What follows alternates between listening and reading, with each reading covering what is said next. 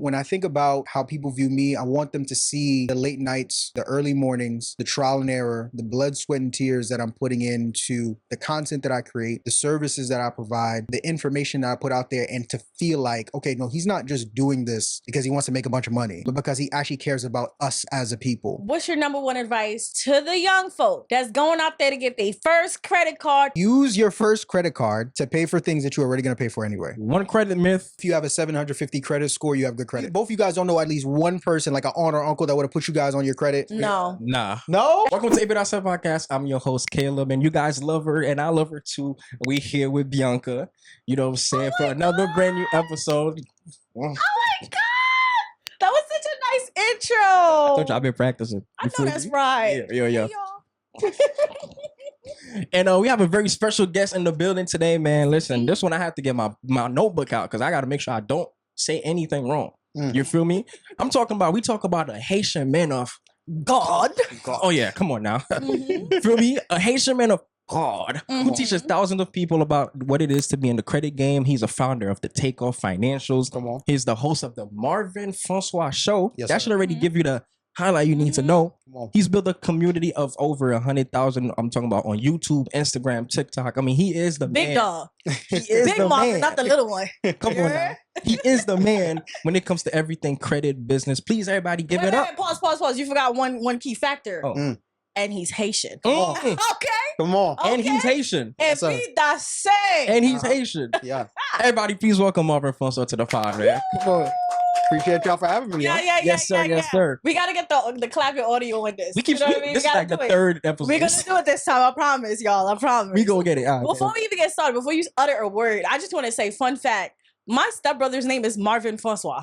You're a I'm lie. so serious. That is And nuts. then I was like, damn, are y'all long lost brothers and cousins? You know what I mean? Because you know how Haitian fathers be. Yeah. But no, it's not. It's not. You don't think so? No, You don't got a mustache, Mm-mm. glasses, none. Mm-mm. I was this close to meet my long lost brother. This But close, we you know what I mean? But here. yeah, we here. All What's right. going on? How you feeling, Marvin? Man, I'm better now that I'm with y'all. Oh, Yeah. Oh. Yeah. Oh. Yeah. You Okay, see, this how I'm y'all ready. need to step when y'all come in. That's a fact. That's a fact. Show love to Show y'all. some love. Show love to y'all. Yeah. You know what Nah, I we mean? appreciate that for sure. Most definitely. Listen, we're gonna get straight into business. Yeah, we're gonna let's get do it. straight into it. Boom. How did you know credit was the way for you to get into your life mission? Wow. All right. We Mhm. just Yeah. Heavy hitters, we I just mean. just right. How did I know credit? Well, I didn't. So it actually I stumbled into this space before I was in the credit space. Most people don't know I actually had a background in the entertainment industry. Okay. So I actually used to be an aspiring stand-up comedian from like 2017 to 2020. Okay. Right? What happened? You wasn't funny? That is a great question. Wow. That's a Wow. great question. I was That's back to back heavy hitting questions. I was alright. You was alright? Nah, but no. So here's the thing. I was pretty solid. Like I Yeah. performed at colleges and comedy clubs all across the country. But the thing about stand up is that it's an old man's game. It really Yeah. takes a long time for you to find your footing Mhm. and the lifestyle. It was a myriad of different things. But all in all, like I didn't realize that I had to pivot until 2020 came. Yeah. So from 2017 to 2020, in my mind, I'm crushing it. But Yeah. I was the type of person, I was just, put your head down, put in the work, grind, and then Yeah. something's gonna happen.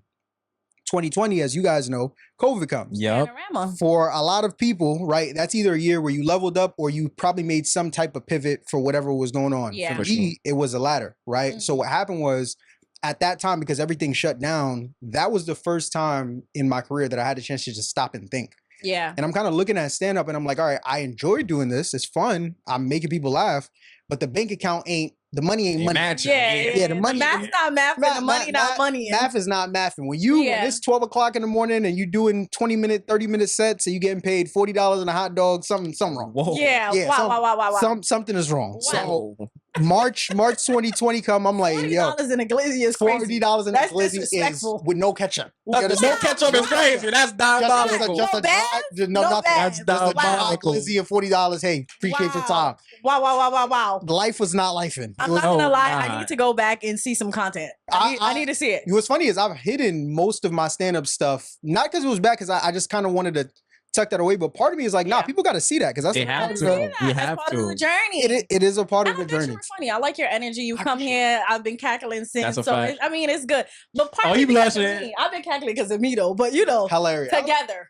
I mean, maybe you also have a future in comedy. I don't know. You know, Maybe. it's like it's so funny that you say that because I'm naturally funny, but I'm not like put together funny. You know what I mean? Like you got to catch in a real time funny. Like I can't repeat it. I can't. You know what I mean? So I don't think so. Maybe not. We'll see. And then also, I don't want nobody thinking I'm a clown. Ain't nothing funny. Here we go. Here we go. Hilarious. Serious. No, so Can you continue, please? yeah, sure. yeah. This guy. So 2020 comes and I have like a introspective moment where I'm like, I don't think I can keep doing this anymore. I have to pivot, right? Yeah. So I decide to take a step away from comedy, and all throughout 2020, I'm trying to figure out like, okay, what's the next step? Now around that time, right? Of course, me coming from a Haitian background, I come from a family of a lot of entrepreneurs, right? So my dad owns a contracting company. I have people in my family that own restaurants, taxi cab companies, like you name it. One of the things I noticed amongst all these individuals is that most of them had a hard time growing their company because they just didn't have access to money. Right. Through me seeing that, I then started learning about business funding. And that kind of started sending me down this pipeline of learning about credit and business credit and all these different things. And I was hooked. So I started learning about credit, realized I didn't have any of my own. So started building my own personal credit from the ground up. I was like, yo, this is incredible. Let me start giving the same game to my peers and people around me. Yeah. I started helping friends and family around me fix their credit, right? Or build credit or get access to capital. And I was having tremendous amounts of success early on. And I was like, all right, I think I got something here. And then ultimately towards the end of 2020, around November, I ultimately decided that I wanted to start a business in that space. Started my first company in November of 2020. And at the time, I didn't really understand marketing. So in my mind, I'm like, okay, I'm gonna start this business and I'm gonna make $1 million tomorrow. It don't work that way, right? I didn't know that I had to put myself out there and let people know that like, hey, come work with me. Yeah. So I started putting content out. Nothing was really sticking out the gate until a friend of mine was like, hey, you're trying to find your footing on Instagram. I think you should make content on YouTube. I was like, well, why? He was just like, well, I'm like, YouTube is where most of the people that you're trying to get to are really looking high and low for the services that you offer. I'm like, maybe that is very true. Yeah. He's like nagging me, chasing me down. I was like, bro, you got to create on YouTube. You got to create on YouTube. I'm like, all right, cool. I made my first YouTube video on January of 2021. And then a month later, that video ended up doing over 100,000 views. Wow. And then from there, a couple of videos that I continue to drop after that. Also, I don't want to say they went viral, but they did well. Yeah. And my company went from like, I couldn't get a soul under the sun to do business with me to now my calendar is packed. Like back to back to back weeks of people like, hey, I would love to go ahead and have you teach me about credit, fix my credit, help me get access to capital. And then from there, I pretty much hit the ground running and I've been rocking and rolling ever since. Let's go. Amazing. That's a long story short. That's amazing. Okay. That was well put. I love that. That was really nice. That was really nice. So came from the comedy. Yep. $40 in glizzy with no ketchup. And no bad. No bad. For me, pivot, started to help the fam. Yep. You seen that you liked it. You see you could do something with it. And you've been rocking ever since. Been rocking ever since. So who would you say was probably the person that, well, I don't know if you said it or not, but who would you say is the person that pushed you? You could say that poured into you. Man, to fully go. That told you to go on YouTube. Yeah, to go on YouTube. Well, shout out to them because that's where the money's at. Man, two people in particular. So along the thing that made me ultimately decide to start the credit business was actually my mentor. Shout out to my guy Herman Dulce, also a Haitian gentleman. Okay. So around the time when I was getting in credit, I also knew it was kind of ordained, if you will, because when I started learning about credit, I had been following him for some time and he already had a business around teaching people how to get access to funding, how to repair their personal credit. And around that time, he had launched a mentorship program where he was going to teach people how to start their own credit business just like him. Now, at the time, in order to do it, it was an in-person event in Philly. You had to pay $2K. Mind you, I'm coming off being a broke comedian. I don't know where the $2K at, but it's not in my bank account, right? Yeah. So in that moment, I'm like, okay, I don't think it's by coincidence that he's now deciding to do this for the first time around the same time that I'm also getting the space. Yeah. He's Haitian, I'm Haitian. I've been following him for a long time. Like everything for me is lining up to us. Like I gotta find a way to go to this event. So I borrowed money from a couple of different friends and family. I drove out to the event and I would say he was the first person to put a battery in my back because what that event did is it taught me about the power of exposure, right? You know, we're of Haitian American descent. When you think about credit and when you think about money, the conversations that we have in our households are very, taboo. Very taboo. It's like, yo, stay away from credit. Yep. Save your money, and you only use credit for gas and emergencies, and that's it. Me paying that $2,000, number one, it put me in a room of hundreds of other people who also paid the $2,000 to be here, to where it's like, okay, what is it that you guys have going on that you are just as crazy as I was to pay this money to be here just to learn, right? And the conversations were night and day. It went from coming from a household where it's like, stay away from credit, credit is taboo, to where let me teach you how you can leverage credit as a tool to build a multi-six-figure business. Let me teach you how you can use credit as a tool to get cash flowing assets that you can use to change your life and the trajectory of your family's lives as well. So in that moment, I'm like, okay, I've never had these kind of conversations before. I'm getting ideas and things that are flowing into it. I'm like, okay, these are the kind of rooms that I need to be in. And if it wasn't for him, I don't think I would have gotten that. That was the first person. Okay. The second person is actually my business partner now. Shout out my guy Webb. And he actually saved my business. Most people don't know this. So remember how I told you back in January of 2021, making the content, business is blowing up? Yeah. Yeah. You got to understand, at that moment, I'm like a couple months into being an entrepreneur. I don't really understand what it is to run business. And my mind, steward all of that. I don't know. Right. So in my mind, I'm like, oh, my calendar is full. People are coming in. They're going to pay me money. I'm rich, happily ever after. I didn't understand that with a business, there's something called operations and fulfillment. You got to be able to, okay, once people pay you, you got to do whatever it is they're paying you for. You got to do a good job at it. I wasn't really the best at operations. I could get in front of a camera and say, hey, hi, hello, how you doing? But everything beyond that, I wasn't really the strongest. It wasn't until fast forward later on in the night. So you weren't good at delivering what you were paid for? No, I wasn't. I wasn't that good. And I can be honest about that. That's right. I can be honest about that. Anything marketing, I'm good. Anything operations, I'm probably not your guy. So then once you finish that, I have a really great follow-up question that is burning in my chest. I'm excited to answer this question. Great. But pretty much what happened was, through me not being the best at operations, like my business got to a point, and most people on social media don't talk about this, but like my business got to a point where it's like chargeback city. So people are coming in and they're like, you're terrible. This is trash. Like the service is not good. Like what's going on here? In my mind, I'm like, oh, this is just business. Like this is just this is part of it. The highs and the lows. I didn't know. Like, no, you are doing terrible right now. Like this is not business. You are just garbage, right? And it wasn't until my business partner now, what happened was, after my first conference that I went to that was hosted by Herman Dulce, I continued to go into masterminds from time to time. I ran into him at one. And from the first one that we met at, we just kept in contact with each other periodically. Around the time that I was going through that season, I was kind of just letting him know, like, hey, this is what I have going on in business. Right. And he's looking at me like I'm crazy. Like, I don't think you're supposed to be dealing with a lot of the things you're dealing with right now in your company. And what happened was, through us conversing, I realized my strengths were his weaknesses and his strengths were my weaknesses. Right. He was very good with operations and fulfillment. He could build out the back end of a business from top to bottom. But he wasn't really all that great at marketing. Right. I was the flip. I could market my tail off, but any and all things operations, right? So ultimately, he actually pitched me, and he was just like, yo, I think we should come together. Like, you're Haitian, I'm Haitian. We have aligned values. We're both God-fearing men. We both want the same things. Let's make it happen.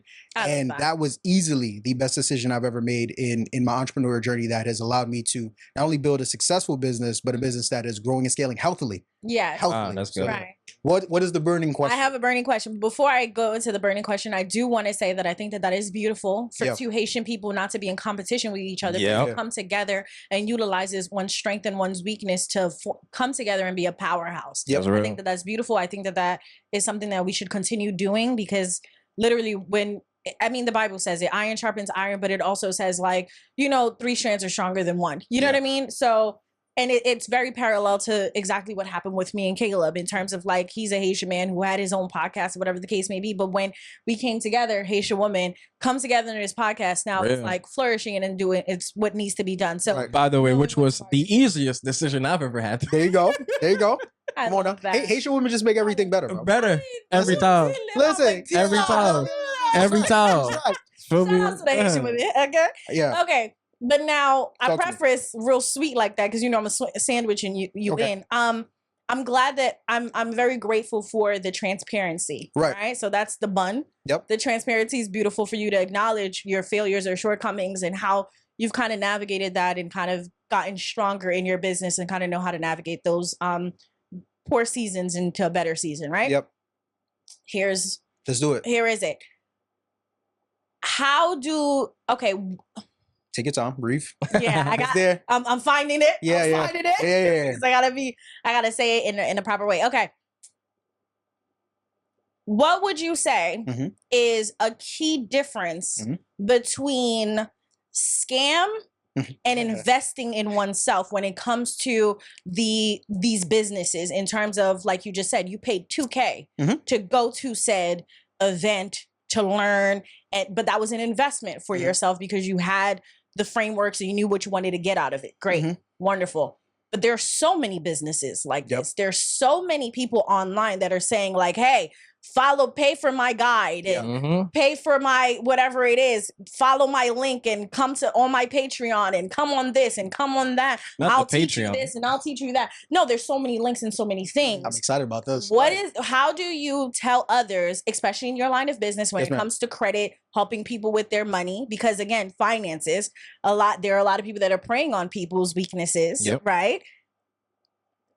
How do you tell others the difference between scam, to recognize what is a scam and what is investing in yourself? I'm so happy you asked this question. Let's get into it.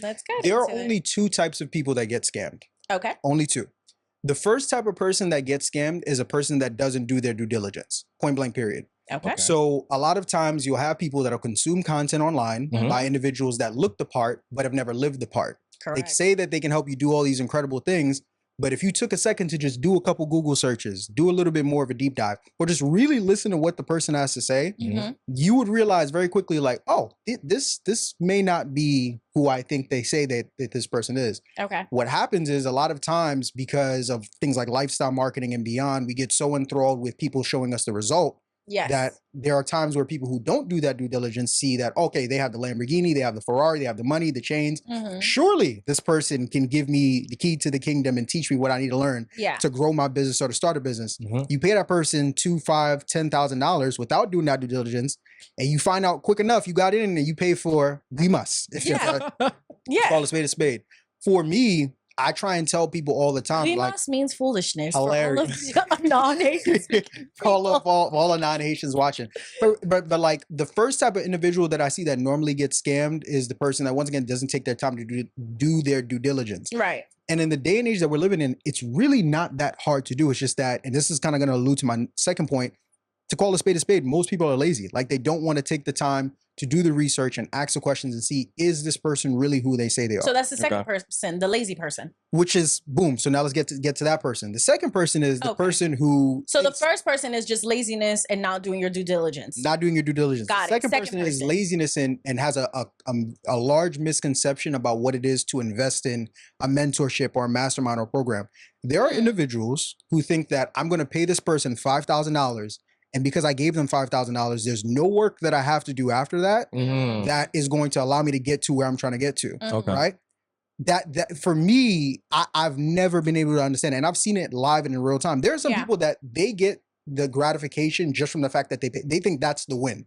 I'm gonna pay this person. So they want to receive, but they don't want to be in collaboration and effort to do the work. 100%. Got it. 100%. You are paying somebody, unless you're paying for like a done-for-you service. If you're paying for knowledge and information, congratulations, you now have knowledge the information. Now apply it. Go apply it. Right. You understand? So what happens is, a lot of times people invest in these programs and they think that, like, all right, cool, I'm gonna pay this money and I'm gonna close my eyes and I'm gonna wake up and I'm a millionaire again. But speaking for myself, because I have an educational platform, do you know how many people have paid me thousands upon thousands of dollars? And I go in I have platforms where I'm able to see if they're going through the learning material, if they're showing up to the coaching calls, if they're doing the resources and following the steps I've given them. Maybe 5 to 7% of the individuals that actually invest in these programs actually go out and do the work. The other 90 to 95, those are usually the people that you see going on social media saying scam this and scam that. And it's just like, no, bro, you just didn't do the work. Right. Moreover, I think another thing too is that I think there's also a large misconception that if I give this person 5,000, all my problems or everything that I ever want to accomplish is going to be solved. Yeah. Business and life doesn't work that way. For me, I've been in this long enough now to know, if I'm investing, I'm probably in, regardless of the price, if I can get 1 or 2 small things changed, I know are going to cataclysmic, I can't speak. It's okay. That's going to catapult you. Just There you go. I got you. I got you. Shouts to her. Shout out to her. That's for real. going to, if I can get a solution to one or two problems in my business, that's going to help me go from 5K to 10K, 10K to 50K. I won. Yeah. Point blank, period. Yeah. I'm not coming in here thinking that I'm going to pay this person whatever this amount of money is, and moving forward, I will never have any problems. I should have a solution to every issue I have. Like, that's not how business works, and that's not how the game of entrepreneurship works. And I think there's a very large misconception around that, which is why you usually have one of those people in one of those two camps that are usually saying those things. That's been my experience. Thank you for that. Okay, answer. that's real. I like that answer. Of course, man of God. You feel? I want to touch on that a little bit because Let's do it. a lot of times it is often perceived that because you're Christian, you're supposed to not have wealth. You're not supposed to look like you have money. That's realistically what it looks like. Okay. Not my God. Not my God. Okay.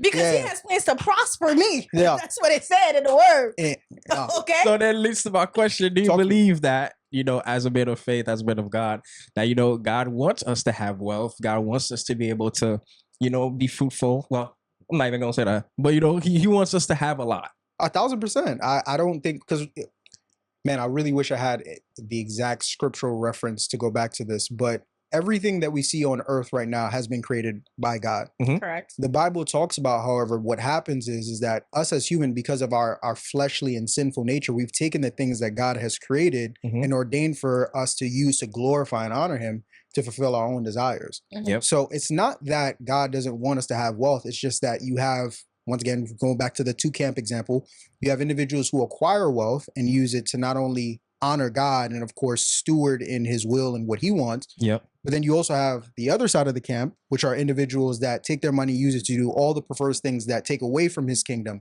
and actually feed into sinful desires and things that don't bring back to what his faith is and beyond. So I don't think it's a situation where God doesn't want us to be wealthy. He just wants to make sure that the individuals that are acquiring this wealth are using it, once again, for his glory and his honor and not for anything else. That's my personal opinion. I think I want to add on to that and say that we have to stop talking about what we think God wants or does not want. Come on. Because it's very clear and it's in the Bible. Read your Bibles. I love it. It's biblically speaking, I like to reference Apostle Paul a lot because he's one of my favorites. Mine too. And the biggest thing is about God is concerned about our heart. Our heart's posture. That is what's important. God doesn't want us to idolize anything else. That's why he says not to have any other God but me, right? We idolize money when we're chasing money above anything else. Yep. So when all we're consuming is the next, we need the next, we need the money, I need it. It's like, all right, you've idolized it and it's become your God. Yep. Right? And then also Apostle Paul really talks about being content in all seasons. Yep. When you are lacking and when you have in abundance, to praise in advance when you have nothing. Like literally, if you are someone that is content whether you have and whether you don't have, then all seasons are great. All seasons you can give praise. All seasons you can give praise to God because he is good regardless. His grace is sufficient regardless. So with people like that, it's just a matter of stewarding. Like you said, you are stewarding what it is that God has given you. It's a natural ability that you've had and you tapped into it, you steward it, and now you have a business doing it. You know what I mean? And I pray that you are holding integrity and that you are mindful with other people's monies and finances. Because one thing people don't play about is their money. At all. So as long as you're stewarding that well, as long as in everything that you do, you put in God first, then I think all is well. So it's not a matter of God wanting us to have or not have. It's a matter of God wanting us to want him 100%. above all else. 100%. And that's it. That's all. Do you guys tithe? I'm curious to know. Yeah. You hesitate a little bit. Like, oh, he said it like, do He said sometimes. Sometimes. You know what I mean? But yeah. So I tithe differently now. Okay. So I've spoke about this multiple times here on the pod. I'm looking for a church home, but currently I don't have a church home. When I had a church home, I used to tithe, give 10% to the church because I know where it all goes and all that stuff. But even when you don't have a church, I do want to preface by saying, even when you don't have a church, there are ways to tithe. Your tithing does not need to go to a church building. Your tithing needs to go to God's people. Yeah. So my tithing looks different. I have a girl in Haiti that I sponsor. Wow. I have you know what I mean? Like I have organizations that I'll give money to or I'll donate clothing to. Like that's what tithing is giving back to God what he has given you, being a blessing to others because God has blessed you. Right. Okay. That's what that looks like. So do you tithe to a church or do you tithe to God's people? Right. Is that a question? Or That's that's my question to you. Well, I tied to the church. I do a little bit of both. So I tied to the church, but then also to your point, I also try to sow seeds in individuals as well. Because as you know, faith is not restricted to Sundays and the four walls of a church building, right? Okay. It's in your walk. So if there are little things that I'm able to do for individuals, whether it's be able to give back, like one example, I remember a couple weeks ago I was in Texas, and I saw, I'm sure you guys see the guys that they'll stand in like the middle of the park, not the park, middle of the street, and they'll have like a rag. Oh, I thought you about the highway. No, not with a sign. No. I'm talking about the people that have like no. So did you ever see the dude who have like a rag and he'll have like a the ones that want to like a Windex thing? Yeah. And he'll make money. You know what I'm talking about? Yeah. So I was in Houston a couple weeks ago. I was standing in line for some food and I saw the dude. He was standing in the middle and I looked closely and I saw he had a rag in his hand, but the rag was dirty. So people were driving by, but nobody wanted to let him. Yeah, your rag dirty. Yeah, you're right there. You ain't finna put that on my windshield. I know you don't got enough, but let me tell you something. You got to work with what you got. Just go to soap or to low, some forte in the bathroom. You make it do what they do, But I'm seeing that and I'm like, I felt the spirit come on me. I was like, I want to do something for him. So like I finished eating my food. I walked up to him first. I was like, hey, listen, man, I see what you're doing. What do you need to help your business and what you have going on? He's like, bro, to be honest with you, I've been using this rag for X amount of weeks. If I get a new rag and a couple bottles of water because it's hot out here, I'll be good. Ran over to Target, got him some microfiber cloths, got him some water, came back, gave it to him. I've never seen somebody that elated to be able to get a seed sown into him in that way. And I was just like, man, listen, God bless you. Can we do a quick prayer? Said a quick prayer with him, said everything we need to say, and that was it. For me, that in and of itself is almost another version of tithing in the sense that I'm not just giving offering to the church I go to, but now someone is able to see God's work in me now being stewarded over onto them. So yeah, that's just my thought. You didn't just give him money because I feel like you honored his manhood. Yeah, by asking him what he wants to do with his business. Yep. Because that is a way to see another man and say, you know what, like you trying to make it out here and you trying to do what it do. I got you. What you need. Yep. That is beautiful. That was nice. That was good. I love that. Honestly, I don't even know. And not recording it and posting it. I didn't that because I genuinely don't like. I understand some people, but like that's a whole nother conversation, Chad. Yeah. Go into that way of fighting though is really different. I didn't get it because I usually see my mom do it. I'm like, yo, because the way that I do it is I do give it to my church, but then I'll also give sometimes to my mom. And then I see sometimes I'm like, yo, mom, why didn't you give my tithes to the church? No, because you tied to the house. Parce que tout manger. No, come on. I don't even eat at the house. I don't even eat in the house. The the light bill, the gas bill, the rent, the clothes on your back, the food. You tied it to this house. Yeah. Okay? Honor thy mother, thy father. That's another part of the word, okay? So I'm tithing. So I'm tithing. You're tithing. Okay. All right. How do you do it? I'm sensing some first lady energy over here, some pastoral, a little bit, just a little bit. Just a little bit. No. She do not want to be a pastor's wife. No. I could be a speaker's wife. Oh. Ancien. Who's ancien? All right, let's not derail. Let's get back to it. Let's stay focused. Stay focused. Right. You put me on shit. All right, let's get back to it. Talk to me. All right, boom. How do we get people to stop fearing credit? Man, start leveraging it. Yeah. Man, the golden question. Now we're in my wheelhouse. Yeah. So people fear credit because once again, there is a miseducation that exists right now in terms of understanding how to build credit and how to use it properly. Right. So let's kind of break it down. The first and most important thing is you can't build and steward over something you don't know, right? Yeah. So we need to make sure people are getting access to their credit reports. So for your audience that's watching at home, most people typically use platforms like an Experian or a Credit Karma, which is okay, but long-term isn't really the best because you want to get access to the report that banks are using in the event that you want to someday get access to business funding or go for a house or a car, whatever it may be. So you can use a program like a My Score IQ. That's a great platform that I typically recommend. Well, My Score IQ, because that's going to give you access to your FICO report. Yeah. Right? Okay. Most people who use Credit Karma, you're getting access to something called a Vantage report. And your Vantage report is going to give you a score that's different than what the banks are looking at to determine if they're going to approve you for whatever type of funding or financing. Okay, that's crazy. Yeah, Bro, yeah. people that's the one where y'all see the meme where it's like, oh, Experian told me I got an 800 credit score. Yep. And the bank's like, I don't know about that. Yeah. That's why, right? So you gotta know all three too. You gotta know your FICO. You have to know what's on your FICO report. And then from there, the next problem is not only do people not have access to their FICO report, but once they have it in front of them, they feel like they're reading Swahili, right? They don't know how to understand what's on a report. Yeah. There are only 5 things that you need to know when it comes to understanding how to have good credit. That's it, on a personal side. The first one is, of course, something called payment history, right? Okay. So that means if you have a credit card, if you have an electrical bill, whatever it may be on your report, if it's on your credit, pay it on time, right? Okay. Auto pay, if you're an auto pay warrior, or if you want to pay it manually, whatever it may be. But if the bill is due on the 9th, pay it on the 9th. There's no ifs, ands, or buts about it. Okay. The second thing after that is your length of credit history, right? So how old is your credit? Typically, if you're trying to go for, once again, house, car, business funding, whatever it may be, you want to have at least 2 years of credit history, right? Okay. So once again, making those on-time payments on a month-to-month basis.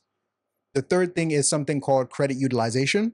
So there are 2 types of credit. There are credit cards, and then you have installment lines of credit. So that's things like student loans, mortgages, car notes, things like that. Making sure that on the all the things we all owe. There you go. Fact. If you watching this and you have student loans, I feel sorry for you. So Feel sorry for me. God bless you. Feel sorry for me, and I'm not paying it. God, I said what I said. Sally Mae, if you watching this, I said her what comments I said. are reflective Come of get her it back and Allah. in blood. You I said what I said. She says this now. You know what I'm saying? Until Okay. the federalist is knocking at the door. And then it's a different conversation. She's like, I didn't really say what I said. I don't really mean I didn't it. really mean it. It's AI. It was AI. It was AI. Nah, but I know a lot of people feel me on that because the reality is like, yo, we were bamboozled. We got thousands of dollars in loans, student loans, and then it's just like, bruh, either you're not using your diploma. Yes, ma'am. I did use my diploma, so I don't really got a real excuse. I just don't want to pay it because I'd rather take trips. You know what I'm saying? However, I'm just saying, like, we have thousands of dollars in student loans. Yes, ma'am. And you're looking at what you're getting paid. Mm-hmm. You're looking at what you owe. And you're looking at what you want. And you say, you know what? Fight me. Fight you. And what killed me is who's gonna fight me for real? Sally Mae. What? And she don't fight with hits. She fight with debits to your account. And waves going down. You know what? I'm no financial guru, but here's what I'll say. Don't listen to me in terms of like, yeah, come get it back in blood or whatever. Yeah, I really mean that. But also, you also have to learn. Go on your studentloans.gov or whatever the case may be, and see what you're qualified for. Yeah. There is the income driven plan, IDR. You can fill that out where you could pay $0 a month. For a very long time, I was paying $0 a month. I did not have to pay anything back. Why? Because I was not making much money. And if you make below a certain amount, you get $0 off where you're not getting any interest added or anything like that. It's like free, frozen, and that's that. So that's a nugget right there. If you were like myself and you were in the social work field or in the, in the social work field, under that umbrella, there was another plan. I'm not sure the name right now, but you can go on there and you get a portion of your student loans taken back. So go on that website, play around with it. Like he was saying, you have to learn what it is that you are, I guess, being held accountable for, and learn how to, this is America. It's all about finesse. So if you don't know how to, you better learn how to. That's what I'm saying. And Holla this, at your girl. disclaimer: this is not personal financial advice. There you go. It's an educational. There you go. You gonna have people come in your comment section like, well, Bianca told me. Yeah. This is only for the educational purposes. What works for me. Yeah. Okay. Moving on. But yeah, it was a number 4. Yeah, there you go. So revolving credit, so it has to do with credit cards. So when it comes to utilization, you never want your credit utilization to be above 10%. Some people would say 30%, but that's the one I know. That's pretty much average. If you're keeping it below 10%, what happens is at that point, your utilization is actually helping build your score. If it's at 30, it's not helping or hurting it. It's kind of just in limbo. But if it's below 10%, it's actually helping to build your score. Okay. And the last factor are hard inquiries. So that's when you apply for something credit related, whether you go to the dealership, apply for a credit card, whatever it may be, they do a hard pull on your credit report and they leave a mark on your report to let other banks and lenders know like, hey, so-and-so came here and applied for a card or whatever it may be. Yeah. You never want to have more than 3 to like 4 of snitching on those. you. Like, mind your business. They- Why you gotta tell everybody I applied for a credit card you rejected? Listen, Why? that's just what they do. That's just what they do. I typically tell people try not to have more than 3 to 4 of those on any of their Yeah, credit because it reports. takes a big hit at your credit score. It does. And also the more you have, the worse you look to when you're going to other banks and lenders. Because if I'm a bank and I saw that you just ran through like 18 other banks before you got to me. Yeah. I've seen someone with 72 inquiries on their credit report. Yeah. Yeah. In a That's crazy. 3-month time span. At Yeah. that point, I didn't even want to have the counsel. I wanted to pray. I just wanted to figure out something has. You just put a little I blood of wanted to Jesus have a on little it. oxy on it, guys. You You know? understand? I wanted a little, bro. It was not good. It was not good. Yeah. But once again, no more than 3 to 4, because anything beyond that, you start to kind of get into the danger zone when it comes to using your credit to be able to do things like, once again, house, car, get access credit beyond. You get those 5 factors down, you're good to go. What do you say to the people that say that you absolutely don't need credit to do any of the things that you're saying in terms of getting a house, getting a car, living your daily life? What do you say to those people that, are doing like, yeah, I can get it in cash. I saved up my money and I got it. The Dave Ramsey. I mean, Yeah. there's nothing wrong with it. It's all preferential. So first off, I think the reason why most people don't like credit is because the average consumer is using credit to buy money, to spend money on things that they weren't already going to purchase. So they're purchasing gagot, right? Purchasing rimas, and as a result, they look up, they got a $5,000, $6,000. And gagot means foolishness Yeah. for all my non-Creole speaking friends. Thank you. There you go. But just buying things that they normally wouldn't purchase, and as a result, they look up and they got $6,000 that they got to pay back that they don't have money to pay. When it comes to credit, if you're using credit to buy things that you're already going to purchase anyways, like me, I'm an expert in this industry. I only use credit to buy things that I was already going to purchase anyway: gas, groceries, rent, clothes, shopping, miscellaneous. That's it. So at the end of the month, I'm taking stuff I was already going to put on my debit card, putting on my credit card, using my debit to pay down my credit card, and then I wash, rinse, and repeat the process.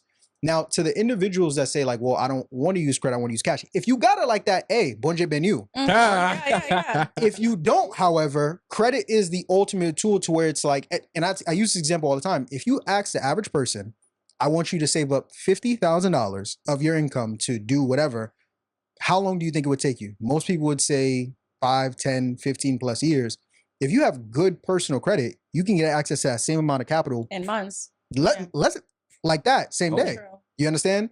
But once again, the issue that most people have is they have been miseducated when it comes to understanding how to leverage credit, how to build it properly, and also the power of it. So once again, if you're Dave Ramsey and you're almost a billionaire or a multimillionaire, you got cash sitting like that, so be it. But if you don't, you absolutely positively need credit. There's no ifs, ands, or buts about it. I want to make this plain for my people listening because I feel like in this conversation, I'm hearing a lot of things, but I want to make something very plain to my listeners that are not as financially literate or whatever the case may be, because albeit that you're saying all of this casually, but that's because you have a history with it. That's because you are literate in it, and this is what you do, right? This could be falling on deaf ears to a lot of people because it's just like a lot of jargon or a lot of like, just look at it. You can do it. You can get money like that. I want to speak to the average Joe or the youth or our Haitian community, whatever the case may be. I want to say that with all that you have said, what I'm hearing is there's 2 categories of people. And it's okay to be an either or, but it's beneficial to be on both sides because it literally propels you into being like the ideal person in America. Because again, we are talking about people living in America, okay? Because credit is a thing in America, mostly, right? So like, if you're in Haiti right now, don't worry about it. Okay, my sweetie baby, don't worry. It's not for you. Baby's crazy. You know what I mean? Okay, so to make it plain, what I'm hearing is there is the financially responsible person and the financially illiterate person. Not irresponsible, but literate person. Because I'm somebody, and I'll use myself as an example. For a very long time, I was very financially responsible, but not financially literate. And financially responsible means you know how to budget. You know how to get your paycheck. You know what needs to be allocated to your bills, to your necessities. You know how to put a portion away to be saved. Yep. You know what portion of pocket it is to have fun. You know what's a little emergency. Yep. And you can live like that for the rest of your life. And there's nothing wrong with doing that. However, it essentially doesn't put you ahead of the curve. It just puts you in the general masses. So if you have bigger goals of doing bigger things, it is helpful to become financially literate. So also when it comes to myself, from when I was financially responsible, I was doing very well for myself, right? Great. I didn't miss on nothing. Nothing missed me. I had a good time. I was never, digging in my pocket trying to figure out where it's coming from. I never lived paycheck to paycheck. Right. That is financially irresponsible. Yep. Right? Now, for me, becoming financially literate literally is in the word. Being literate means a student studying and learning and understanding your financing and how to get more and how to make your money make money and essentially how to, just grow yourself as an individual, right? Because at one point, I didn't understand why my credit score wasn't going up or why I wasn't getting more money for my credit or anything like that. And I was like, what in the world?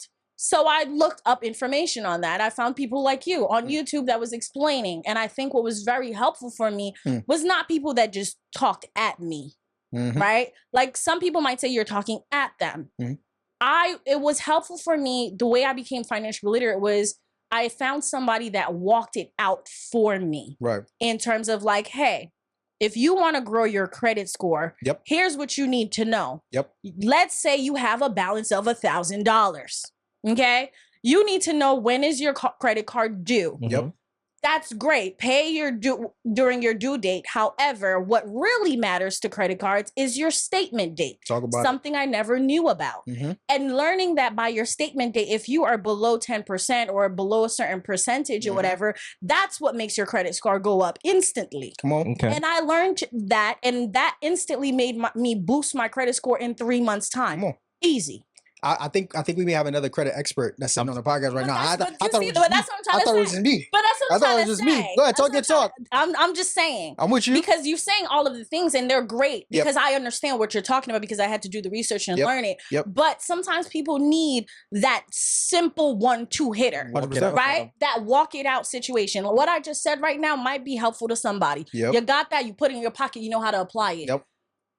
How do you... I'm gonna wait till she finished, then I'm gonna say it. I'm going. So financially literate, financially responsible, financially literate. How do you think you can incorporate that into your business or how you reach people into 1-2 punch hitters? Because if you are a man of God that is doing this for the love of people and because this is your skill and your talent, right? Why not incorporate right then and there answers that is like, you don't need to spend $2,000 to come see me. You don't need to follow me to be X, Y, and Z LMNOP. This is something that can help you in real time. Yes, your viewership still, you still get paid for that. Hallelujah, won't you do it?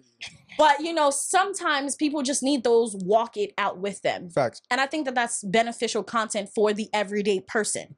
I agree. I mean, I think I've done that up until this point. So even now, and I think this is why God allowed me to go through comedy before I got into the space I'm now. Yeah. I think what comedy did for me above all is it helped me to work on my communication skills and help me to connect with different individuals to where now, when I was first coming into the space, similar to what you were talking about, I didn't see myself or see how I present the information in the way that a lot of other people present the information. You had a lot of people who are suited and booted, and to your point, it felt like they were talking at people versus trying to meet them where they are to help them elevate. To where now, I package the information to where it's so digestible to where I don't care if you're 9 years old or 90 years old, you are going to understand the goal or the value that I'm trying to provide, whether it's around personal credit or business credit. Okay. And then also to your point as well, when we talk about eliminating excuses and making it to where it doesn't matter where you are financially, it doesn't matter where you are in terms of your financial literacy journey.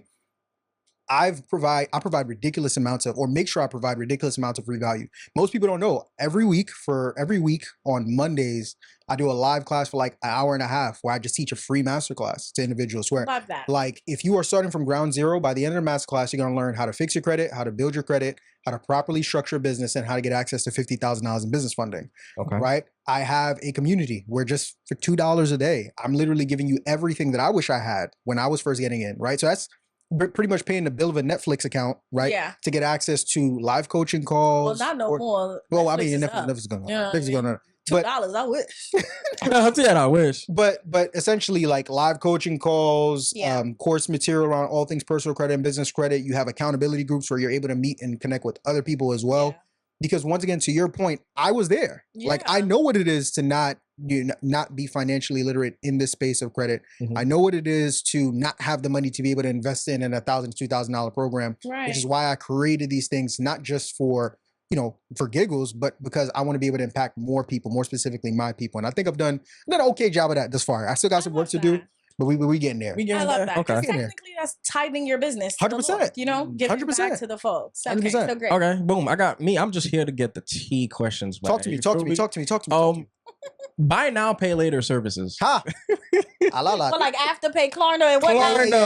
Yeah. Afterpay. Yeah. The Affirm. Yep. I You know people think- that still owe Klarna. Do you think all these buy now, pay later services are Mhm. predatory towards low income people? 100%. Yeah. 1,000%. First off, it. Pause. I would like to say before we talk about negatively, it is helpful and harmful. Two things can coexist. I think so It's too. helpful and harmful. I think Okay. it falls on both sides of the Continue. coin. So for me, I never really had a problem with it till I saw I heard that this is a rumor. I don't know if it's true or not, but like that they were doing like installment plans on like Uber Eats orders and like DoorDash. Is that a real They thing? do on everything. Yeah, like You can do it on flights. Uber Eats? You bro. can do it on flights. You can do it on shopping. You can do it. You can do it on everything. So No. so Let me it's tell you something. I'd rather not. I'd rather use my credit card. At least I'm Bro, getting points for it. when Crazy. I heard that, that's when I knew it was getting really, really, really bad. And I think it speaks more so to just the state of the economy. Like, bro, we are in a state right now. Well, first off, right now we're in a depression, whether they want to acknowledge it or not. People just don't got it the way they used to. Yeah. Right? So for me, I think that's why for me, I'm also. If you got a job, So- hold on to it. Listen, don't you better not let that job go. you better not let that job go. You got people financing Okay. Amazon orders. You cannot afford okay. to be out here in these streets. But no, bro, it's real. For real. I'm not a big proponent of it, and once again, this is why I go so hard with providing the information that I need to I put out into the marketplace now. Because to Bianca's point, can it be helpful? Yes, when you're making large purchases of $500 to $1,000 or higher. But when we're talking about making $50, $60 purchases, and most of the people, to your point, that these programs are pandering to are individuals who are not making all that much money, who don't understand credit, Who And genuinely don't got it. who genuinely don't got it. Yeah. So now what happens? They end up signing up for these programs. They have no financial foundation whatsoever. 2, 3, 4 months later, they forgot to make one payment. That one late payment takes their credit score from what it was, maybe like a 600 or 700, down all the way to like a 550. Yeah. And now they're starting way below where they were before, all because they wanted to be able to finance a pair of sneakers, some tickets Let to me a tell you concert. something. Dubai. One thing I absolutely cannot understand for the life of me is why is it that your credit score tanks so quickly, Yes, ma'am. but takes forever Yeah. To get back up. rise back up. I Come mean, on. I did it in 3 months, Mhm. but I'm just saying it. Took Lord, forever. hallelujah. Why? I can tell you why. Jesus, I can it's a answer that question. scam. No. It's not a scam. It's not a scam. They getting us. It's not. They're not getting They us. keeping our people down. Absolutely not. You got to think, right? What is credit? Credit is your ability to borrow money from lenders who are willing to give you the money. I said I'm gonna give you back. Right, but watch this. Your credit report is essentially your financial resume. No, That's for what sure, yeah. that's what I try and tell people. So now you got to put yourself. I'll give you an analogy. Let's say it's to you two right here, right? Mhm. Let's say I borrow some money from you. I borrow $1,000 from you, and I told you I'm going to pay it back in 30 days, but I end up paying you back 6 months later. Mhm. Right? You get your money back, I pay it back afterwards. But now you got a bad taste in your mouth because we had an agreement that I'm gonna pay you just $1,000 back in 30 days. Mhm. I put you in a financial Never bind. again. Never again, right? Now That's watch this. it. Watch. Watch. Watch. If I now go to him a couple days later, both of y'all are good friends. I go to him a couple days later. I'm like, yo, bro. Don't do it. Now what? So boom, you beat me to it. Don't do it. That's Yo, the bro, same won't pay you back. But that's the same exact way that the banks think. No, for sure. To where it's like, okay, 1000%. cool. I'm going to pull your credit report. If you weren't able to pay back TD Bank, if you weren't Yeah. able to pay back Wells Fargo, and I'm Chase, why would I give you this $25,000 that you're asking for? Why would I give you finance this purchase on home? there's no way you're going to pay me back For if you weren't sure. able to pay them back. Yeah. So Wow. that's the reason why. And once again, that's the reason why payment history is the most important factor Yeah. of what makes up your credit. So Yeah. yeah. So all the banks are plotting against me. Okay. Okay. Yeah. I wouldn't say plotting, but they just Nah, they just talking about your They business. just talking about They business. gossiping. They gossiping. They like, Okay. yo, Chase, you heard about Caleb? Hilarious. My son OTD. Hey, listen, You know what I mean? Like that. Okay, boom. Now I want to get into the Haitian side of things. Let's do it. About the the credit language barrier type of things. let's do it. Yes. I wanna let you handle that one. Yeah. Yes. Yeah. So, okay, historically speaking, we know that the history between Haiti and France, Yeah. and just the fact that, like, essentially we had to pay for our freedom, Yep. and they owe us. You know what I mean? Like, That's we need what's our up. reparations. You know what I'm saying? But long story short, it's just that Haitians has been in a deficit. Haiti has been in a deficit. Yep. And when we talk about like credit and the language barrier, what I want to ask is more so like the word credit for Haitians and being in Haiti or whatever the case may be, oftentimes is used in terms of like machina me una crédit. It means like I bought and it's like I owe you, right? It didn't mean like I gave you a card or like it's just like, yo, I owe you in good faith. Like I'm gonna give you that money back when I get the chance to give you back, right? Yep. That's crédit. And crédit oftentimes is like for poverty. It's oftentimes because you really don't have it and you're in need, or whatever the case may be. It's kind of like a barter, maybe sometimes system. That's kind of like the idea that all Haitians have, which is why even when they come here with that same mindset of like, don't open a credit card because that just, it's money that you don't have, right? Yeah. And that stigma of like, watch the avec crédit, like you're gonna owe them for the rest of your life, and essentially like, because to them it's like, it's because you poor, you don't have it, so why would you borrow, essentially, right? Yep. So when you are in communities, in Haitian communities, and I'm talking about the people that you've helped for free, because Haitians will take anything for free. Yeah. They surely I mean, would. my cousin for free. I don't have problem with that. That's fun. Yeah. But for the people that are skeptics or the older Haitians and even the Haitian youth that were like fed that propaganda about just the horrible nature of credit, how do you tailor your conversations to them for them to be receptive and or be helpful to our community? Man, this is an interesting question because I remember I didn't realize how. So this is good. I didn't realize how serious that was, or what you just talked about, until did my first speaking engagement in front of a primarily Haitian audience. I actually did a financial seminar at the church, at my current church now.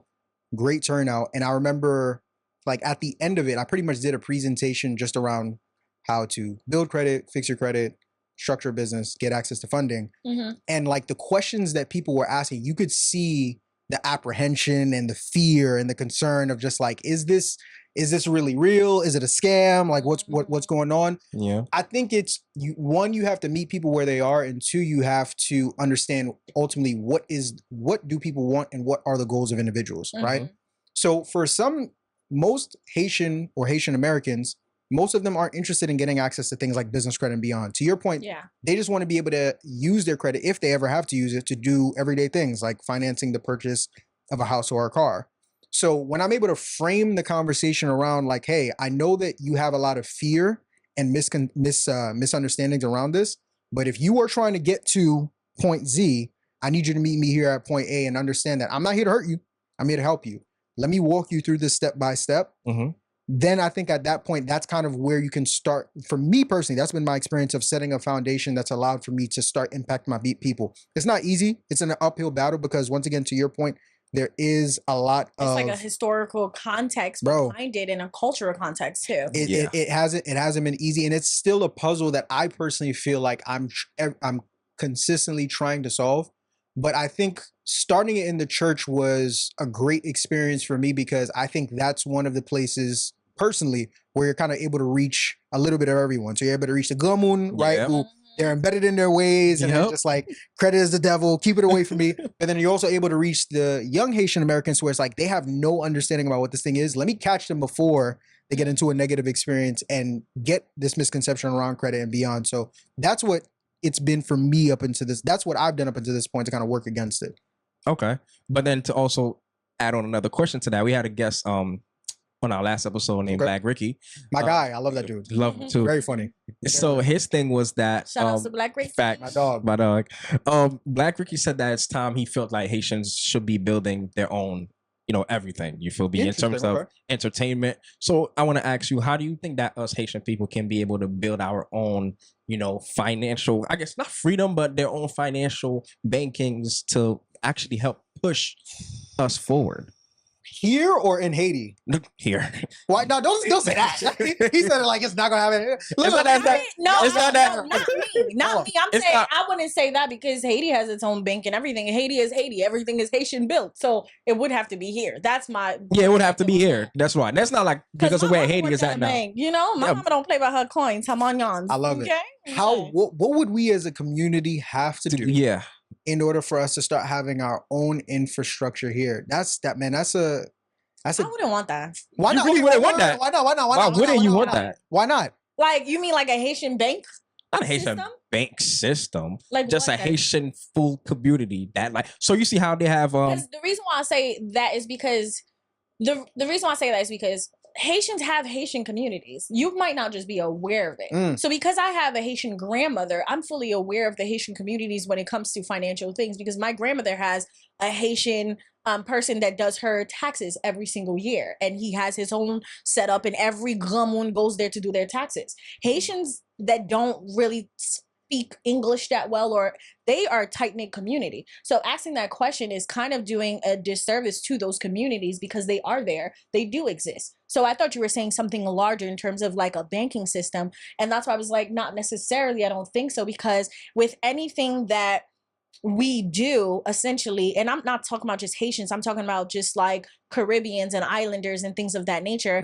Anything that we do, oftentimes we try to pander to America and their system and their way of doing things, and or like I don't think it's beneficial to the person that really does need it in terms of like the people that don't speak English. Imagine you have a Caribbean banking system. Are they really going to be helpful to that Tigramun ki gen tout petit papier everywhere? They don't know, sweetie, I don't know what I'm doing.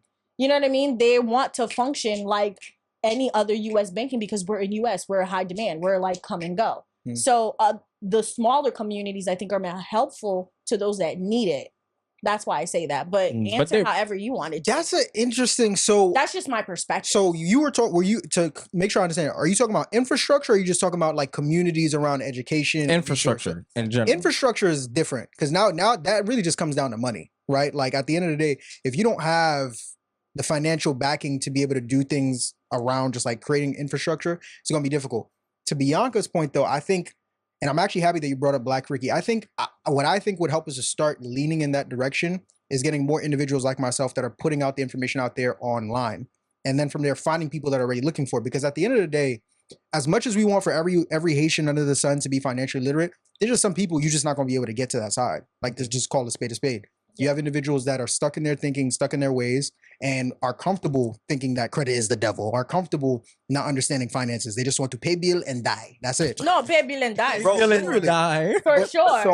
For me, that's why I love being able to create on this online space. And I think I would like to see a lot of other Haitian Americans that are also in the financial literacy space start to create on here too. Because now at that point, when you're putting the content out there and you're putting the information out there, the people who are already looking for you, now they're able to come find you versus like, all right, I'm in this, let's say right now, for example, we're in Canarsie. I'm in Canarsie. I'm going to try and start a community here for people that want to learn about credit and finance. I'm probably only going to get maybe a handful of individuals that come in. And don't get me wrong, I want to serve those people.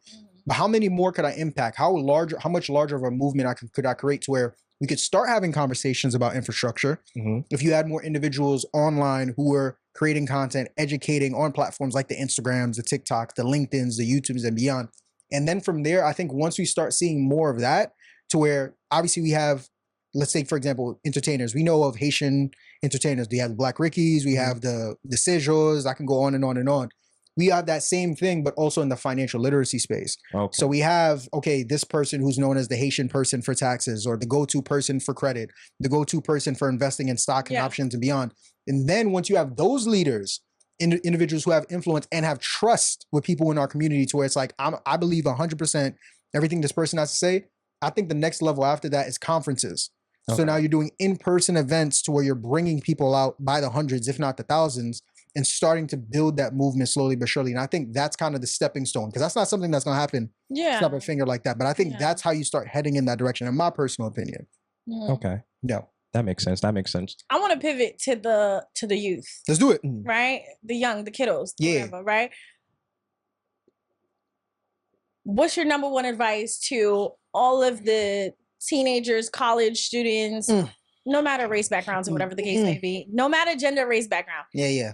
to the young folk Yep. that's going out there to get their first credit card ever? Mm-hmm. What's your advice? Go. So there's two things. The first thing I would say is if you're getting your first credit card ever, similar to the advice I gave earlier, especially going to colleges, Lord have mercy. Pause. Simple. Talk to me. Simplify it.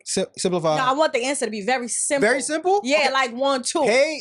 Use your first credit card to pay for things that you're already going to pay for anyway. That's it. That's as simple as it gets. And if you can, become an authorized user on a close friend or family member that you know is good with their credit to help you build your credit report while you're building your own personal primary credit. That's it.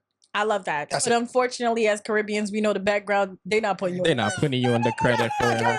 They're not putting you on the credit. Everyone knows at least one person. So either both of you guys don't know at least one person, like an aunt or uncle, that would have put you guys on your credit. No. Nah. No. Hell no. No. Get the hell. No. Nah. Oh my. No. Nah. First of all, I wouldn't even want it if they offered. Their And credit even is if they bad. did, it's like it's a slippery slope. Their credit That is is- bad. So growing up, you guys didn't know anyone that, or even now, No, whatever the question is. Okay. that had good credit that you would trust. No. I do. There you go. But you just don't trust them. It's not that I No, don't they trust them. don't They don't trust trust me. Okay. But you're not gonna get the card. You have, if anything, you have to trust them, because now if they're messing up, if they're not paying their cards on time, now it's gonna make it affect you. Listen, okay, we're gonna touch back. When you said something off the podcast, and I think it's showing up right here, right now. Talk to me. You not that Haitian. No, that's true. That's true. That's true. That's true. The American side of No. show. That question is very American of you. It's very Black American. Hold on. Something that was just said though. That's Okay. actually really crazy because Talk to that me. is something that I know that a lot of other Haitian people have gone through is parents opening up, credit lines, but putting Under their name? under the Or their child's bills name. in the household. Under their Yeah, name. under I've the heard a lot person's about name. that. Thank you, Jesus. That was never Yeah, my parents. My parents don't. Bro, there's a 4-year-old right now with a $20,000 Con Ed bill in his That's name, what I'm trying to say. and he's on his way to prison. Okay. And you don't even know it.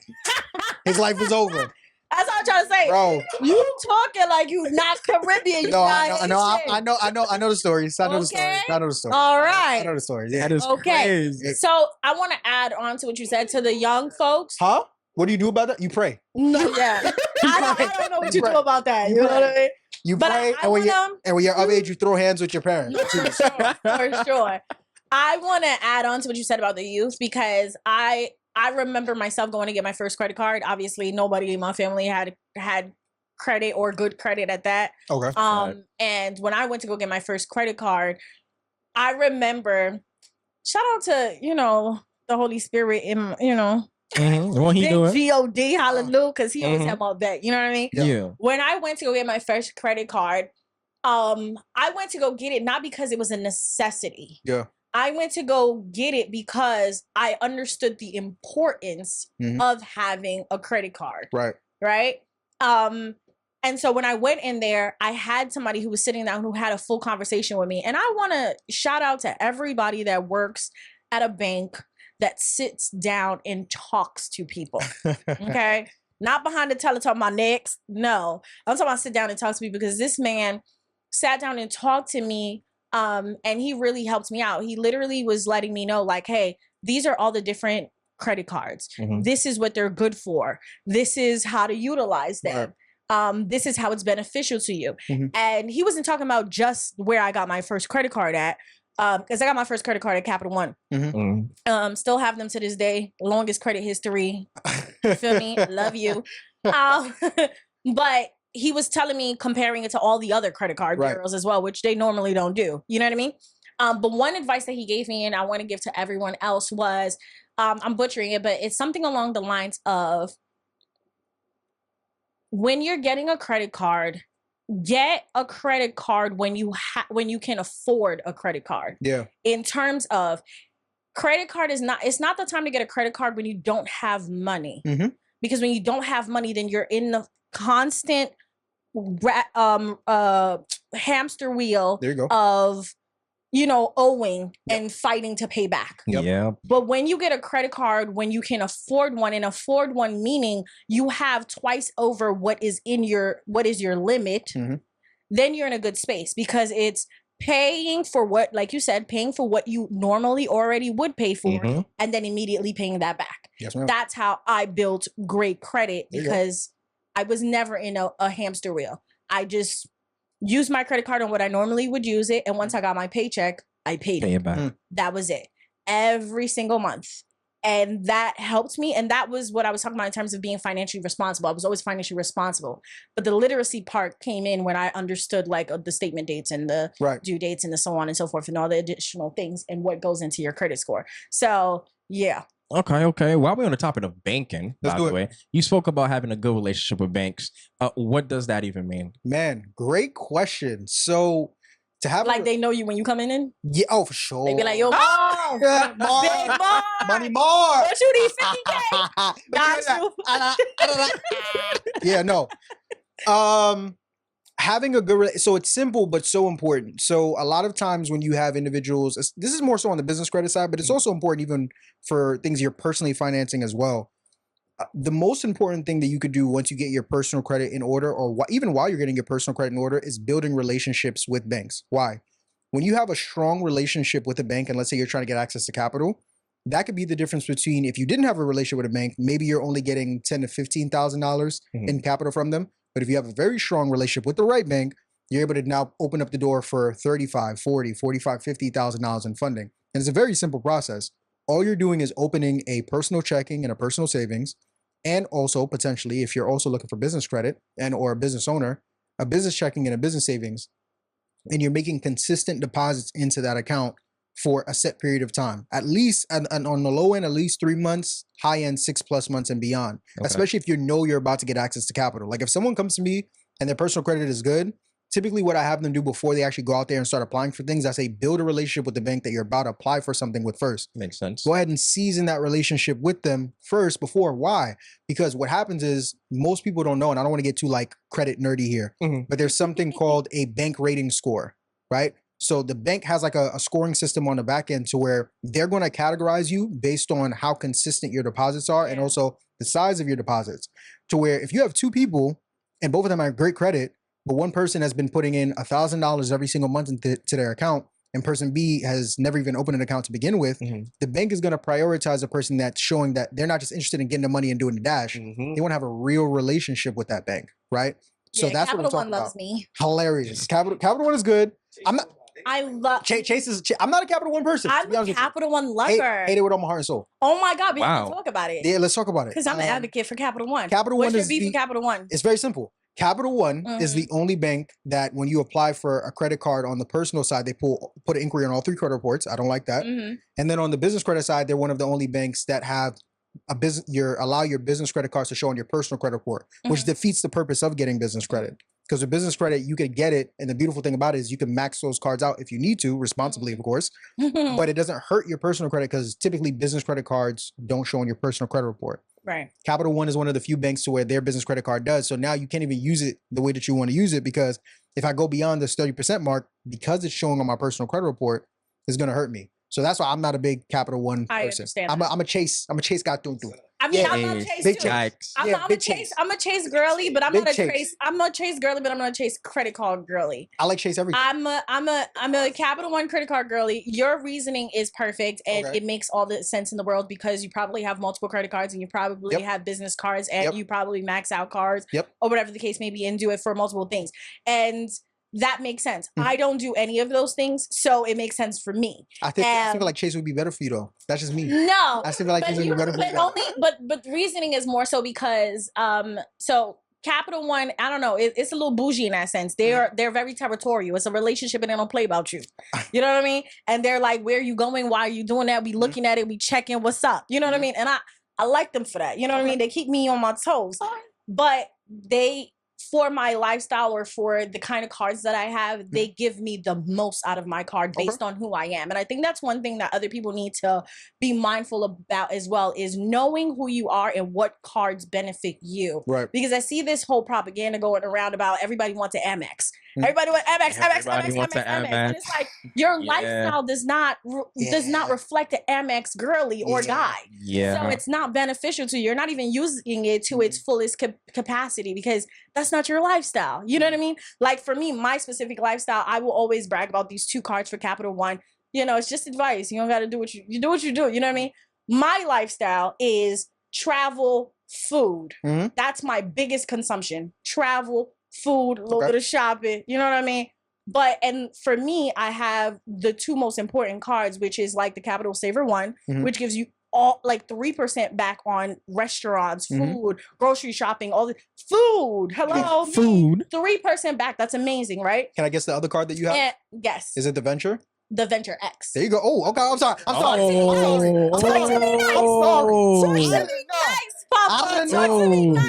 didn't know. You know what I'm saying? But it gives me the most back when it comes to traveling. I have access to every single lounge, which is like the things that everybody think about. But I also get 10 times the points on flights. I get 5 times I get 10 times the points on hotels. I get 5 times the points on flights, and so many other additional perks.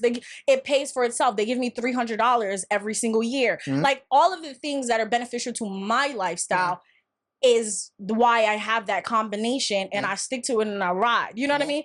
But different people, different folks, different strokes. I'm just saying, like, what you have to know your lifestyle and how is the credit card working for you?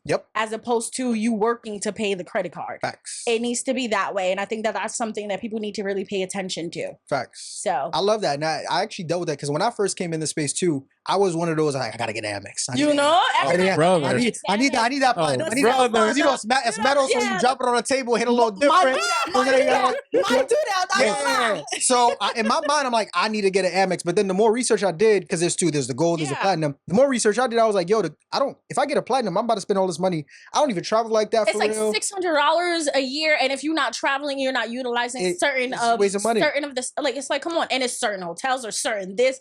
It's like, come on. But then when I did more research into the gold, which was the one I didn't want, I'm like, bro, it's the platinum. I want the platinum. Yeah. Then when I did research into the gold, I'm like, it's the more gold beneficial makes to your lifestyle because I get 4 times the points on ads. I get 4 times the points on restaurants. I'm spending money on ads every day. Exactly. I'm at restaurants every other week. I'm like, oh, okay, this makes more sense. So once again, getting cards that actually benefit your situation. Lifestyle. So very great point on your end. Yeah. Oh, y'all. Man. Yeah. I mean, no. I mean, we try to bring you up to speed. Y'all try to bring me up to speed. You're right. I'm a student here. You feel me? I'm trying to learn. I'm just gonna throw a fun question there. Let's do it. Oh, that's what I was just came up on a dome. You feel me? Go ahead. I'm gonna ask you something similar to what I asked Black Ricky, and now I gotta ask you. I know what the question is gonna be, and I already know my answer. As a financial guru or guy, yep. Do you think that you could be in a relationship with a woman that is financially irresponsible and or have bad credit? That's a great question. Yikes. Yeah. Y'all listening, ladies? Papa saw them no. Speak up. Sure. All right. Close to the mic. We want to hear it. I got you. So this is good because for me, one of the values that I hold near and dear, of course, with me being in finance is your financial capability. So here's my thing. I am. Before you explain, yes or no? I'm gonna get. Let me. You gotta stand. Yeah. I'm not trying to butter it. Context is important. Just to say no. Context is important, right? Walk with me. Go ahead. Walk with me. Now look. Yeah. A level of financial literacy is important to me, but in the same vein, I don't need my lady to be a credit wizard like I'm a credit wizard. Yeah. I need coachability. That's all I need. So I don't need you to come in knowing as much as I know about credit. But if you come in and let's say I deal with a woman and she's coming in and she has bad credit. Number one, why? Like what happened? Because there's a story as to why. Is it just you messed up and you missed a payment because you forgot to put on auto pay? I'm not tripping off that. Versus if I see you got 800 inquiries and you got 18 charge-offs, a collection, I did a park trip and a pear tree. Illiterate and or in debt. No. So once again, it's not the reasoning. What I need the context behind it. So once again, a credit report like that, stay over there. Because the chances are, like, once again, how you treat your money is going to be a direct reflection of how you're going to treat money in this relationship. Remember, once you get in a relationship, it's no me and I. No, it's us. Yeah. Right? If I'm over here and I'm thinking about taking it when I get $1, turning it into 2, and you're thinking about spending it on gagot, then long term, we're not equally yoked. There's a misalignment there. I love that word. Right? Versus if you're coming in and like life happened and you were young and dumb, but you show a level of coachability where I'm saying, hey babe, listen, this is the game plan. I know this is where you are. This is where you want to be. Here's the 3-month plan I put together for you to go ahead and get there. And I see that you're actively taking these steps. You're coming to me, hey baby, can you tell me a little bit more about this? I learned a bit about this around the credit. Can we sit down and talk about it? Stuff like that. I can work with you, right? I don't need you to be perfect. I just need you to be coachable. If you're coachable, we can make it rock. We can make it rock. That's my thoughts. Mm-hmm. He gave a little middle. That was a little middle. It wasn't really yes or no. Okay, you want me to give a yes or no? No, it's okay. I liked your answer. There you go. It was a beautiful, well thought out answer. There you go. I didn't politic. I gave context. It's a very beautiful answer, and I appreciate it. I personally like to do this where I throw rapid fire questions. Let's do it. Throw me quick rapid fire questions, Let's right? do it. One credit myth that you wish people would drop today. That if you have a 750 credit score, you have good credit. Okay. Mm-hmm. Okay. One habit that boosts your score fast.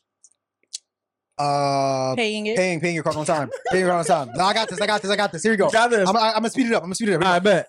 One play that you can do right now to get a relationship with a bank this month. Open a personal checking, personal savings, deposit at least $100 in there. Let it sit. Okay. Cash or credit for a first business move. Cash or credit for first business move? Yeah. Credit, but I have the cash to pay the credit back. Okay. What's a mistake you still see people do even after they fix their credit? Hey, becoming an authorized user on someone else's credit card that doesn't have good financial habits. Yeah. Okay. And this one, it's not really a rapid, but more so quick little last one for you, right? Let's do it. We know in the black community, Yeah. they always think that white people automatically have good credit. Right. Is that true, or is that just a mindset thing that's keeping us back? I've then had a couple Paul, Bills, and Sallys come into my firm and they do not have good credit. So no, that is a myth. that is a myth. Okay. And last one for real. Yeah. Do you think that overdraft fees are legally Mhm. robbing poor people? Is literally the bank charging us? I'm actually a proponent of overdraft fees. Oh. Yeah. Whoa. Oh, is that controversial? Oh. Is that controversial? Whoa. Is that controversial? Whoa. What's the issue? What's the problem? Whoa. I said it. I said it on Epi.Said. I said it. I'll say it again. I'm a proponent of overdraft fees. Why? Because why you going in the red? We in listen, we are What? in the red. Listen. What? Listen. Let me talk my talk. Okay, go ahead. I'm the bank. I gave you an account. We in a relationship together. I trusted you with this account I gave you. You mean to tell me you gonna go in the red on this account I gave you? Nah, 35. Come on. Stop playing with me. 35. Right now I need that 35. But is it my fault Well, that you let me charge more than you gave me? Is it my fault you spending money you don't have? Oh. Watch this. Watch. Hey, Watch. wow. Watch my fingers. 35 in my account right now. Let me tell you something. One thing I learned. And he crossed his leg with it too. I'm standing on that. Now you standing on I'm it. standing on that. Let me tell you something. Gosh. One thing I learned very early on when I got my Chase account, my first Yeah. bank account. Chase don't play. I got an overdraft fee, and I didn't know what that was, first of all. Mhm. Okay? I'm talking about I was in high school working at Dunkin' Donuts, the Baskin Robbins. You know what I mean? I needed an account. I went and got me a little account, whatever the case, maybe a student account, cool. And swipey. You know what I mean? I put money in here, so when I don't got money, it's gonna stop. Okay. It didn't stop. Mm. And then I got that overdraft fee. I said, wait a damn minute. Mhm. So I had to wait to go to the bank and refute it. Did you know you could do that? And did you know that you can have your overdraft fees turned off where your card just gets declined and you do not go into the red? That's what I learned when I went to refute it. So there you go. If you So learn to do that, every single person, because I learned that very early on. Because one thing about me, I was almost a lawyer. I will argue you down. And I sure enough did, because one thing about it, I was a minor. You did allow me to have a student card. No one educated me on that or told me anything about it. And I went to the branch that gave it to me and to the person that gave it to me. And I popped my ish. what bank was this? Chase Bank. Chase better than me Chase. because I would have got my 3.5. I would have got my 3.5. Listen, right. I'll give you went to You law know, we gonna school, have to throw med in, school, because- cooking school, veterinary school. 3.5. 3.5. I need that. I need You that. know what? You know what? I You need Good that. job, bad job. 3.5. 3.5. 3.5. Let me tell you something. Let me tell you something. Let me tell you something. That's a Not even that. Save that for if you ever want to go back to comedy. Listen, 3.5, okay? Hey, 3.5. Yeah, okay. Because Need that. no, but that's good to know. You can actually have that turned off where your card just gets declined and you do not go into the red. Mhm. Learn to do that. The only thing you can't do that for is credit card because it'll just keep going. Yeah. Yeah. It'll keep going. Once again, though, educational purposes. Educational This is not purposes. initial For advice. sure. Yeah. For sure. Yeah. I'm I got- screaming. Okay. Well, I do have one last question. Let's rock out. One last question Let's do it. before we move on to the most inspirational thing you're probably about to say. Okay. In your lifetime. Okay. Collections. Hmm. I got a couple of collections. Mm-mm. You got collections? I got collections. Mm-mm. Oh no. So here's my thing, right? How do you go about Mhm. handling your collections? I know that might probably be Pause before I'm gonna add on to that question Okay. because I know you better not. You too? what? Me what? I don't got no collections. What are you talking I'm about? just asking a question. Let me tell you something. Talk to me. No. The question is because I did hear this. Oh, I'm ready. Actually, yeah, no, I did hear this. Okay, so I heard myth or not. Mhm. When you owe a money to somebody or something or whatever the case may be, Mhm. and collections is ringing down your phone or whatever the case may be, Yep. because it is now no longer the business or the person that you owe the money to, Mhm. and it is passed off to the next company or whatever the case may be, that essentially you really don't got to pay them. well. And just say There go the question myth I or was about not. to ask. Oh, that's the but question. See, you know what? but you Twin. It's you- all right, twin. It's all right, twin. It's already twin. okay. Go ahead. What's the second part? Because hold that. What's the Well, second yes. Can you go ahead and pay half of the money down or whatever? Can you argue it down? part? Oh, can you argue it to be gone? Go on or pay half. Okay. So you know- essentially, it's a two-part question of can you argue to pay the money down, one, and then your thing is, do you actually owe the money? Do you Yeah, actually since- owe the money? yeah, since it's not It's already paid off. The business or entity in which you originally owe. So I'll Yep. give y'all a little quick collections masterclass, very quick. Oh, Answer all okay. these Yes, questions. please. All right. So, what a collection is for the people watching, when you have a payment that's due on a credit product with a bank, right? And it goes over 120 days. That bank can either charge that debt off, right? Meaning that they're writing it off on their taxes Mhm. and it's going to show on your credit report as charged off, or they can sell it to a third party company for pennies on a dollar so they don't take a total loss. And then that third party company is now going to pursue you. So there's a couple things with collections, right? To answer your question, Mhm. what some people do, right, is that ultimately they try and pay the collection down and think like that's all that they need to do. The problem with that though is that a lot of times you may pay the collection, let's say it's a $100 collection, you may pay it, but they may not remove it from your report. So what I typically advise people to do is if you are going to pay the collection, Mhm. then you get what's called a pay for deletion agreement. So what that is, you call into the collection account agency and you say like, hey, I'm gonna pay out this 100, but you have to give me something in writing that says if I pay this, you're going to remove it from my report and you're not going to pursue me anymore. Okay. If you don't do that, I've seen a lot of instances where people have paid thousands on a collection. It stays on their report and the collections agency is like, who you paid? You ain't pay us. You understand? Wow. It gets real like that. So you want to make sure you get something in writing from them. And if you don't, you'd probably be better off just trying to dispute it off of your report versus making the payment. That's the first thing. Okay. When you're answering mine, preface it by not something that is on your credit report. Okay. Something's not on your credit Not report. on your credit report. So the question is, do you actually Have to pay them or owe them. Yeah. so technically Like let's say you went to I feel like the doctors is the best one. Let's say you went to the doctors. Yep. You whatever the case may be, and it was a copay amount or whatever the case may be, and it goes to Mhm, collections collection. because it is what it is. It went to collections. Collection bringing you down. That's not on your credit report or whatever the case may be. You're like, okay, I'm not. Mhm. Then what? So technically, and I'm not a consumer law expert, but if you look into the Fair Debt Collection Practices Act, which is pretty much, I don't want to get too nerdy, it's a set of laws that outline how debt can be collected on behalf of like money that you owe. Technically, no. Now because I am not in that. Wait, listen. Y'all heard it? Stop. Y'all heard it here, boy. Stop. Marvin Let me. Francois No. said, "Don't bet on that No, it was AI. It was AI. It was AI. It was AI. I'm messing with you guys. Yeah. Now, context, because this is extremely important. Once again, I don't have the specific, like if I had contemporaries of mine who are like experts around us who really be in the courtrooms, they can literally give you the exact jargon that helps individuals to understand, like, hey, this is why you technically don't owe this debt because of the way the fair debt. But I just don't have that expertise or that knowledge. Right. Do your research, do your homework.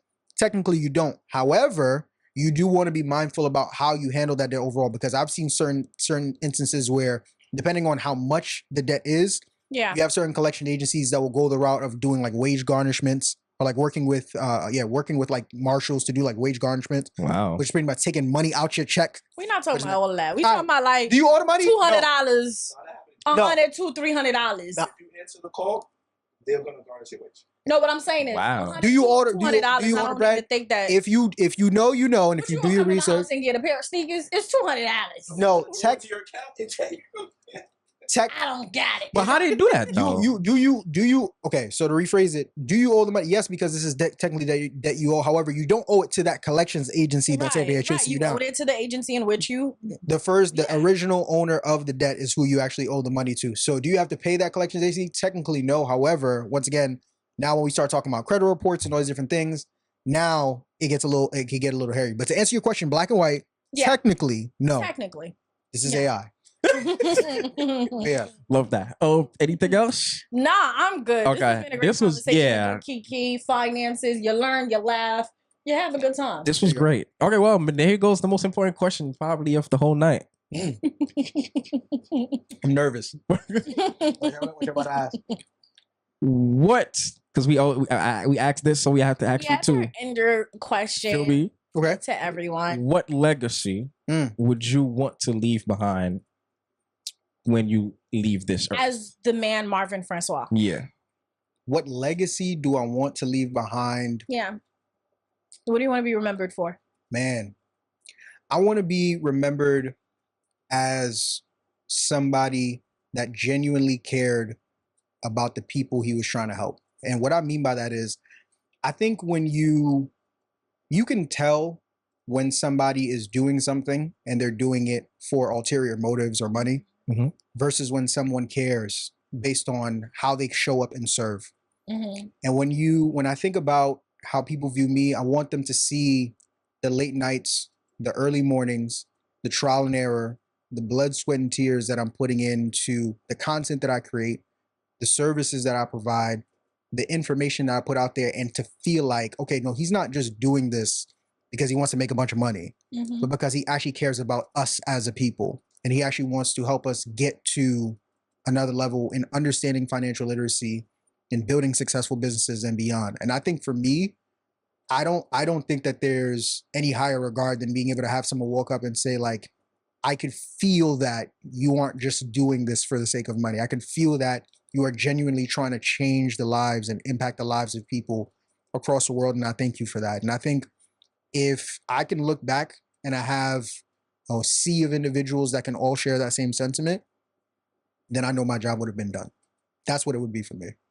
Wow. Tear. Tear is crazy. Tear is crazy. One tear for me, one tear. Tear is crazy. Thug tears. Dab.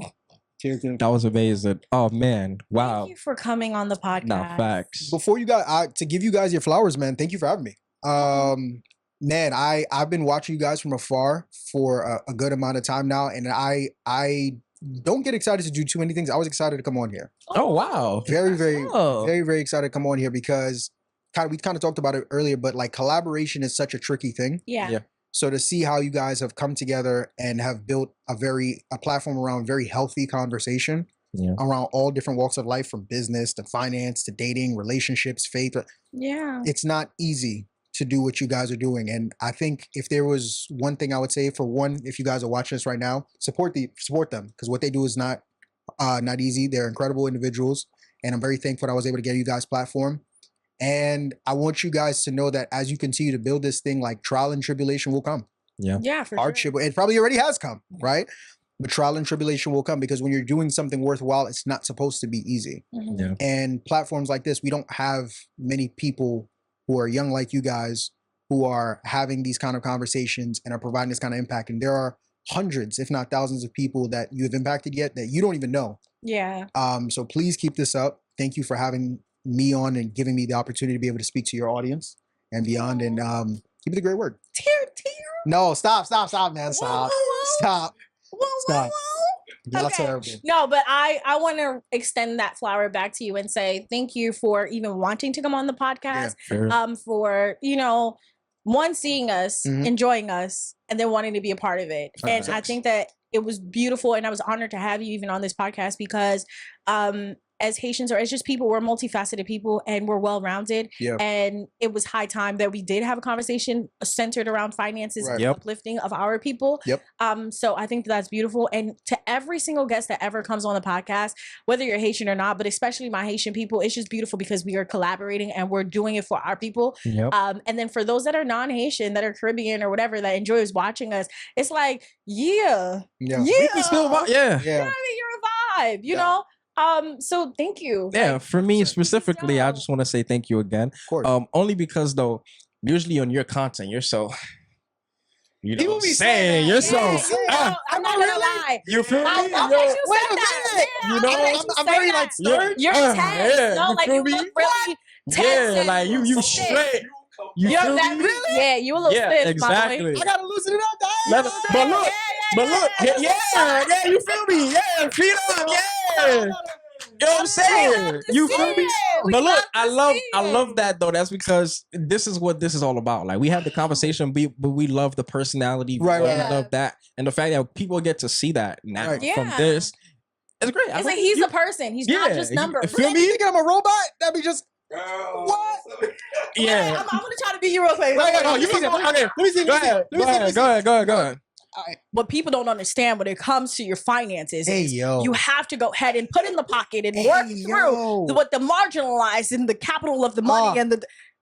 That's what we do. That's what you look like. It sounds really. Yeah. That's really what you look like. It's not. You know why? Because what the business you're in is serious. Yeah. So your content is serious. No. And I don't say this, and we don't say this for you to change because it is. I wouldn't take financial advice from a goofy guy. Okay. Hilarious. You know what I mean? If you was cracking jokes and this was stand up, I'm not trusting you with my money. This ain't jokes. Fair. This is my dollars. Right. You know what I mean? Right. So it is good for you to have for your niche. Mm-hmm. It is good for you to be serious. You know what I mean? I do think that to that, and I don't want to get too long winded. Y'all not the first person. You are both are not the first group of individuals to tell me that. I think there is like a little sprinkle of because I was able to still provide value on here, but still show. I don't know. Maybe I'm just naturally a little bit more reserved in this season of my life. I gotta work on it. I'll figure it out. But then it's like it's not even just on your podcast too, because I did see when you were even at an event and you were having like conversation or whatever. Yeah, you're still very much. I think it's maybe because you are aware of what you're representing. Yeah. You know who you are in that space and how you want to not just represent yourself, but articulate yourself that you are essentially on guard and kind of like straight to the point and being as concise as possible. So coming on this podcast, like I already knew we were going to tailor the conversation to be well-rounded, but I never I did not have an ounce of idea that this would be as fun. At all. So I'm glad that it was fun. I appreciate that. Yeah, I thought it was going to be straight business. You thought it was going to come in. I thought it was going to be straight. And I'm actually happy I said this. I was this close to coming in a suit, and I was like, bro, if I came in a suit, y'all would have came in a suit. I'm not gonna lie, I would have let you start the podcast and asked you to go ahead and unbutton. Yeah, facts. Go ahead, take the jacket off. Get comfortable. Take off the tie. Get comfortable. This ain't that. This is really not the pod, man. But to wrap it up, shout outs to you. Thank you. And go ahead and let everybody know where to find you in all platforms if you want to learn anything about your finances and your credit and just kind of like all things finances. All things finance. Let's do it. So thank you once again. Thank you guys for having me on here. For the people watching, if you are interested in learning more, if you're trying to get your credit restored, you can head over to takeofffinancial.com, book a free consultation with me and my team. We could talk to you about getting your credit fixed. If you already have good credit and you need to get access to capital, you can head over to funding.takeofffinancial.com. But once again, you book a free call to see if me and my team can work with you and get you help. And if you are interested in seeing more of my content, more of my stern and serious content, today was talking about at Instagram, Marvin Francois _, and Make sure you check out my podcast as well, the Marvin Francois Show, your number one source for all things business, finance, and investing, on YouTube at Marvin Francois, where I sit down with high-level entrepreneurs and we talk about who they are, what they do, how they do it, and how other people can do the same. And that's pretty much it. Yeah. Let's go. Appreciate you again for stopping by. Please don't forget to like, comment, and subscribe, and turn that bell on so you can get these videos every time we drop it. Yes, and we'll sir. see you on the next one. Damn. Oh, right. Everything that was done on this episode is for educational purposes only. It was not financial advice. I said what I said. Hey. Wait. It's all AI. All AI. Peace.